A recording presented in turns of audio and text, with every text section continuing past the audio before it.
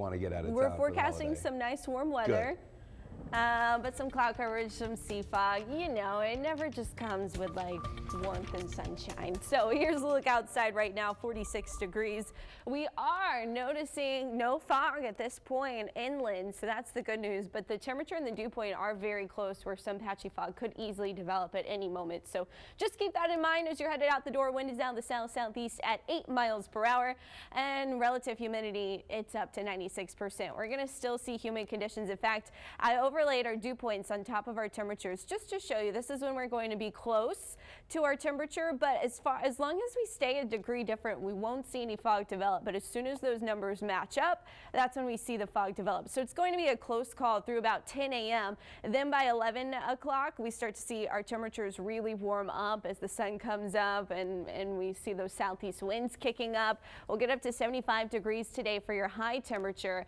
And even though our dew point obviously is not in the 70s, thank goodness, that would be miserable, but we are going to be in the 60s for our dew points. So that's muggy conditions. When we've had all this cold air, dew points have been down in the 30s. You may have noticed dry skin, and now we're going to bring mugginess back into the forecast. So fog looks like it should stay at bay throughout the morning, but what we are going to notice later on this evening is that sea fog developing as the sun is setting later on today. We expect that continue to be with us through the night and into Thursday morning. So areas like Ingleside, Rockport, Port Aransas Pass, Padre Island, even through Flower Bluff, those are some areas that we will notice some of that sea fog making an impact onshore as well. So you'll just need to take it slow if you run into any of that sea fog. It'll be with us through Friday, but then Friday we are going to see a cold front come through. So hour by hour forecast, we'll see mostly clear skies, partly cloudy skies building in with a little bit more moisture and a little bit more heat, fueling some of those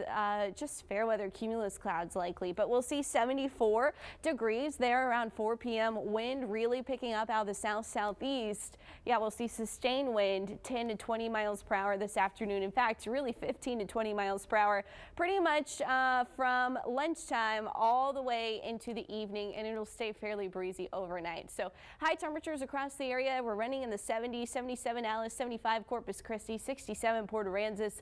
Lows overnight in the 60s, so much warmer. Right now we're in the 40s. Remember when we were in the 20s?